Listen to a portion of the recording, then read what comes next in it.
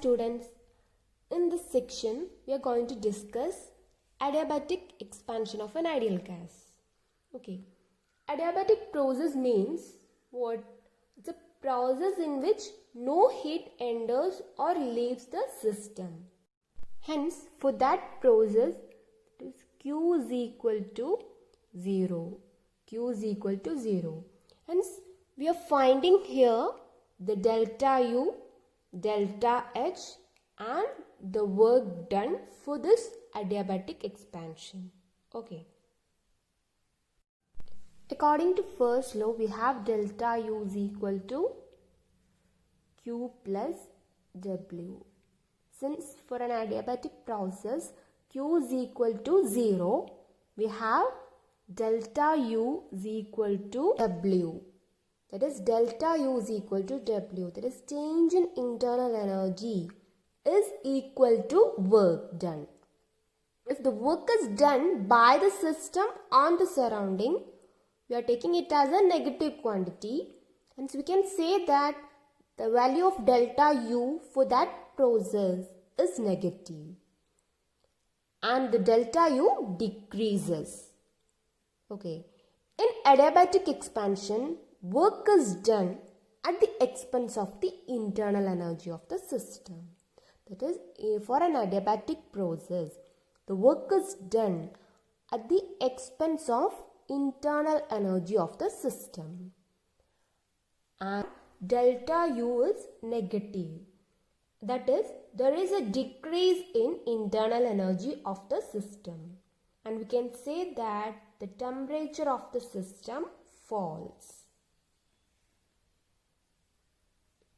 That is, for an adiabatic process, for an adiabatic expansion, the work is done by the system and hence W is taken as a negative quantity and hence internal energy decreases.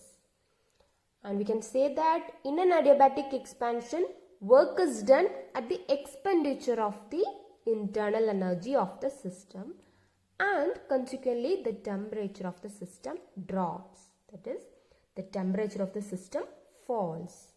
It decreases. Okay. Let us calculate the value of delta U for adiabatic expansion. We have CV is equal to dou U by dou T V, specific heat capacity at constant volume.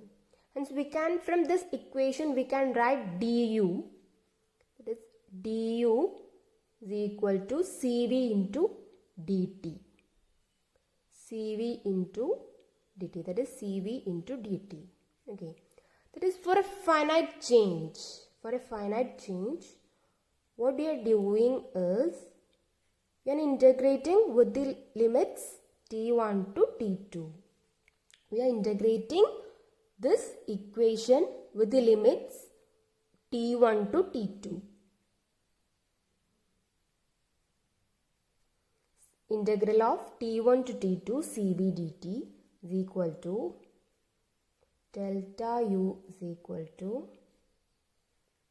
CV T2 minus T1. For 1 mole of an ideal gas, we can write this equation as CV into T2 minus T1.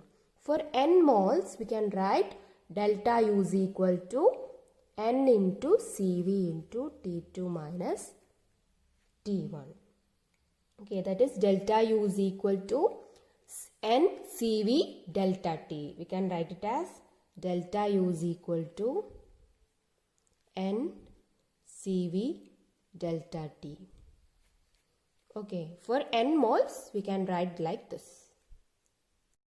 Next, we are calculating the value of delta H. Calculation of delta H. We have H is equal to U plus PV. H is equal to U plus PV, that is enthalpy.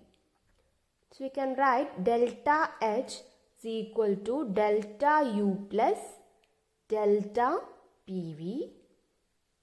Can write like this, delta U plus R delta T. That is, we have PV is equal to RT. R is a constant, hence we are taking outside, and delta T. Delta U is equal to, we have CV delta T plus R delta T. Since the value of delta U is equal to CV delta T, we are putting this into here.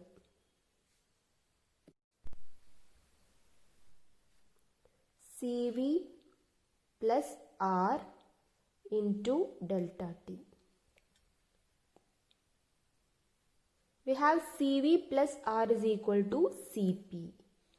From the equation, CP is equal to CV plus R. That is CP minus CV is equal to R. From this equation, we have CV plus R is equal to CP. So we can, hence the value of delta H is equal to CP delta T. We can also write like this, that is delta H is equal to CP into T2 minus T1. Next we are calculating the value of W, that is work done. Okay. Since for an adiabatic process Q is equal to 0, we have, according to first law, from the first law we have delta U is equal to Q plus W. Since for an adiabatic process Q is equal to 0, we have W is equal to CV delta T, which is equal to delta U. Okay. This W is equal to CV delta T, that is equal to delta U. From these equations we can understand that, we can finalize that the magnitude of delta U, delta H and W would depend upon the magnitude of temperature, that is the magnitude of delta T. Since the final temperature and hence the value of delta T varies with the nature of the process, that is whether the process is reversible or irreversible, the magnitude of the thermodynamic properties would also vary with the nature of the process, that is the value of delta U, delta H and W.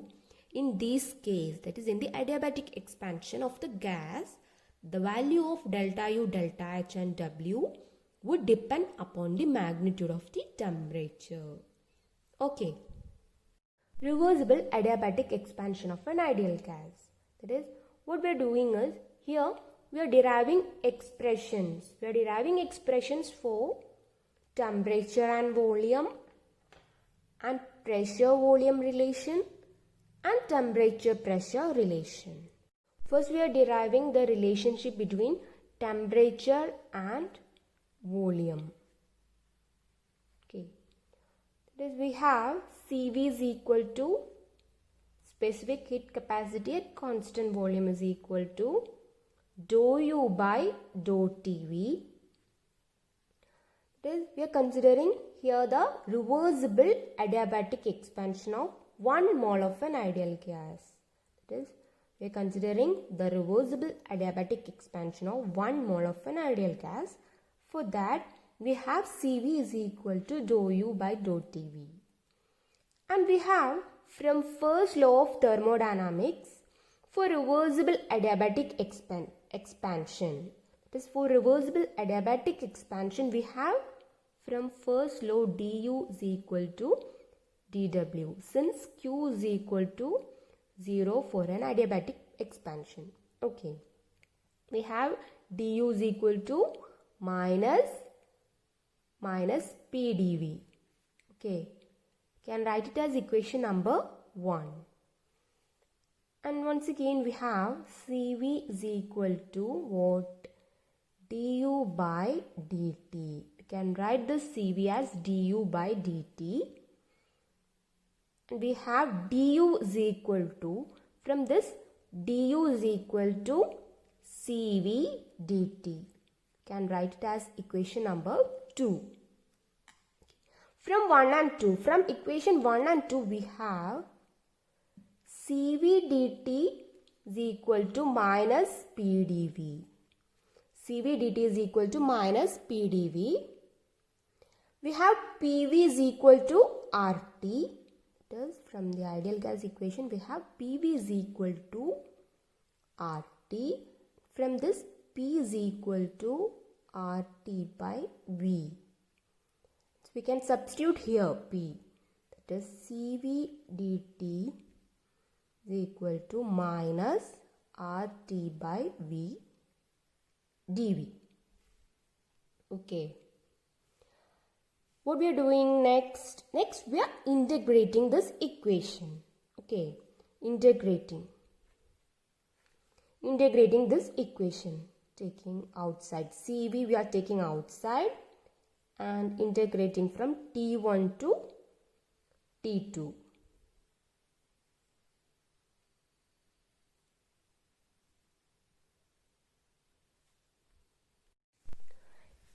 By T, we are writing this T here.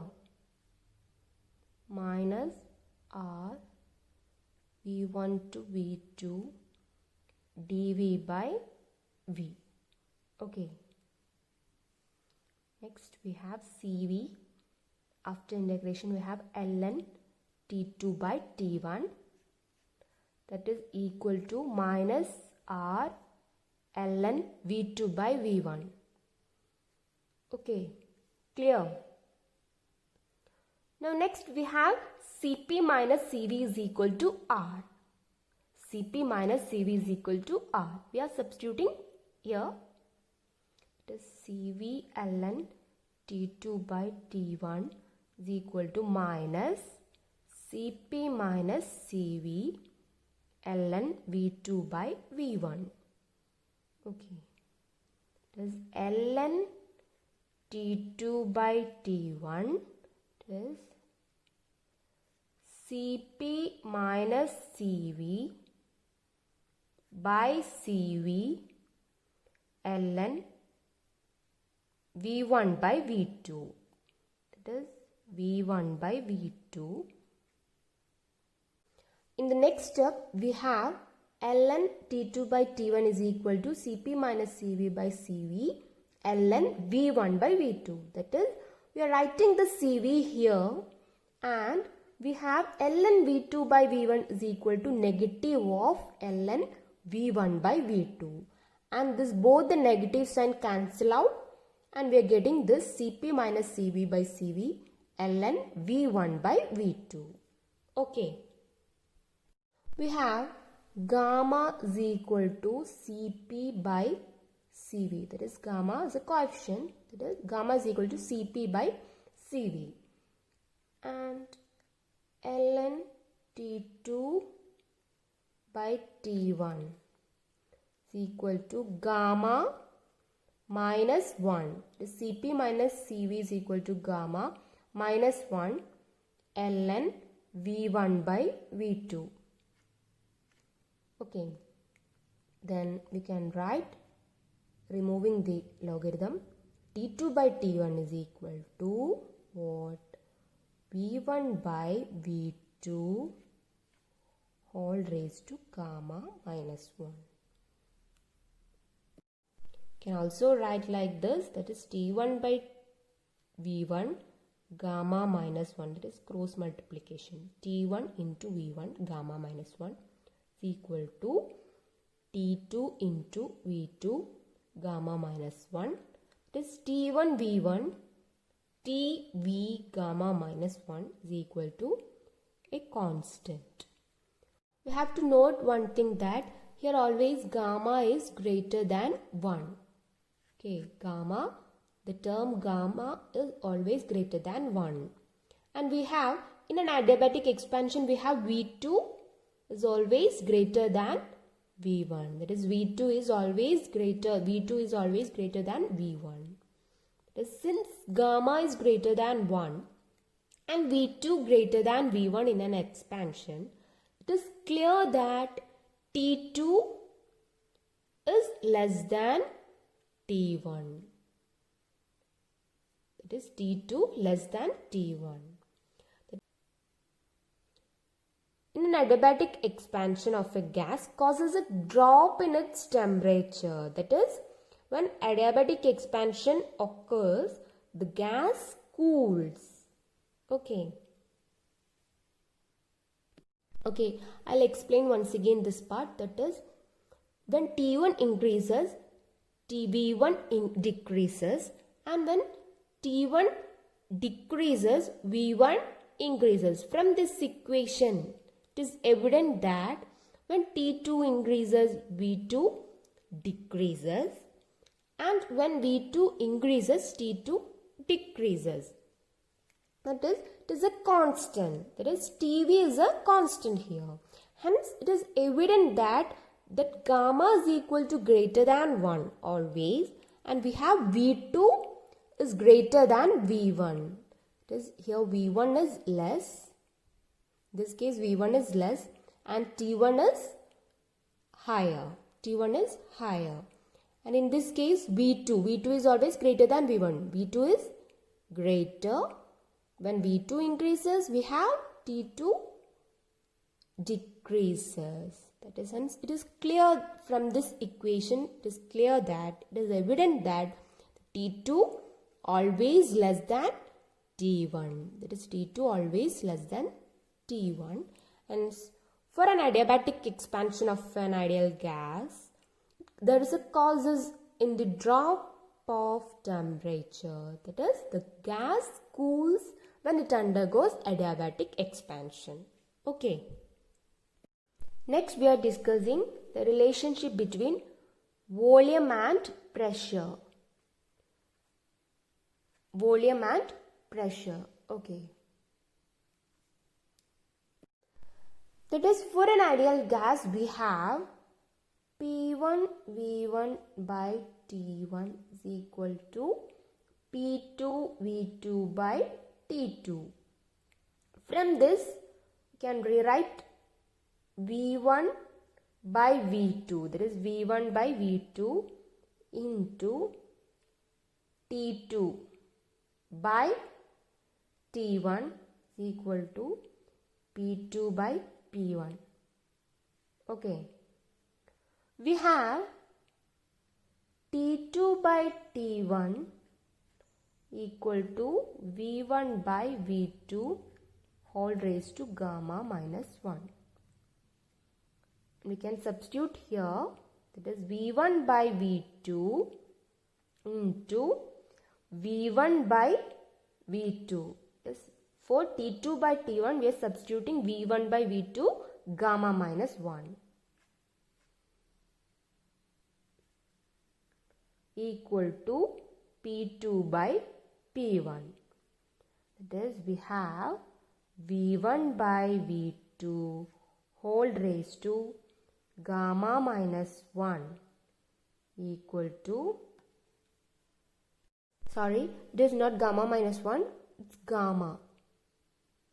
That is, V1 by V2 into V1 by V2 all raised to gamma minus 1 means V1 by V2 whole raised to gamma. That is, minus 1 plus 1 cancel out. Okay. That is, V1 by V2 whole raised to gamma is equal to P2 by P1. We can write by cross multiplication. That is, P1 V1 whole raised to gamma is equal to P2 V2 whole raised to gamma, where gamma is equal to what? That is Cp minus Cv. Okay. That is, here PV raised to gamma is equal to a constant. Here is the second equation, that is V1 by V2 whole raised to gamma is equal to P2 by P1. Next, we are deriving the third equation, that is relation between temperature and pressure. Temperature and pressure. We have P2 by P1 is equal to V1 by V2 whole raised to gamma. Okay. We have P1 V1 raised to gamma is equal to P2 V2 raised to gamma. We can put it as equation number 1. Okay. From the ideal gas equation, we have PV is equal to RT.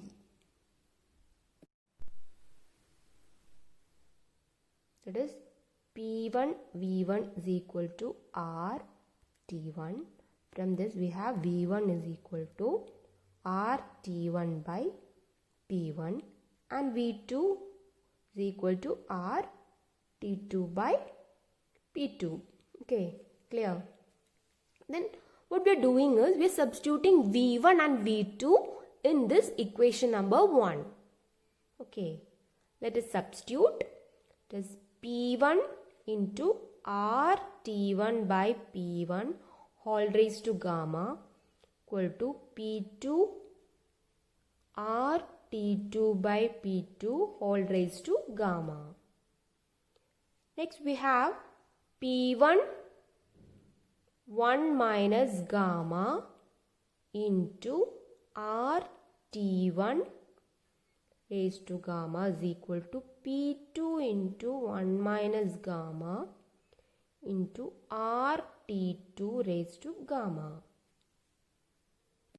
That is, when we are writing P1 raised to gamma, here that is we have P1 raised to minus gamma.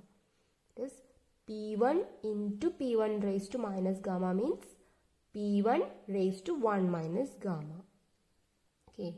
Then these two terms are cancel out and we are getting it is T1 by T2 whole raised to gamma is equal to P2 by P1 whole raised to 1 minus gamma. Here is the third equation, that is temperature pressure relation. T1 by T2 whole raised to gamma is equal to P2 by P1 whole raised to 1 minus gamma. Okay.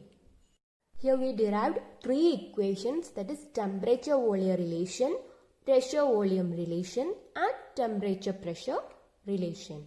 Okay. Next we are discussing the work done in a reversible adiabatic expansion of an ideal gas. That is work done. We are calculating the work done. We have already discussed that the work done in an adiabatic expansion is given by W is equal to delta U, which is equal to NCV into T2 minus T1. Here we are deriving another convenient expression for reversible adiabatic expansion. Okay. That is, what we are doing is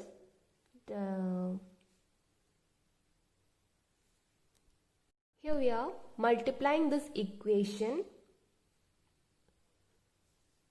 Here we are multiplying the numerator and denominator by Cp minus Cv. Okay, that is, after multiplying we are getting that NCV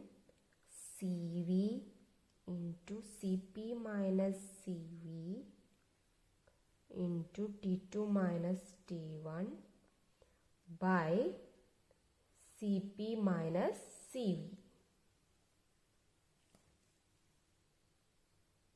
Then after rearranging, that is after rearrangement, we are getting N Cp minus Cv into T2 minus T1 by Cp minus Cv divided by Cv. That is, after rearrangement of Cv, we are getting this product. We have, again we are rearranging this Cp minus Cv. That is, we have minus, we are getting minus sign that is n into Cp minus Cv into T2 minus T1 by, that is Cv minus Cp by Cv.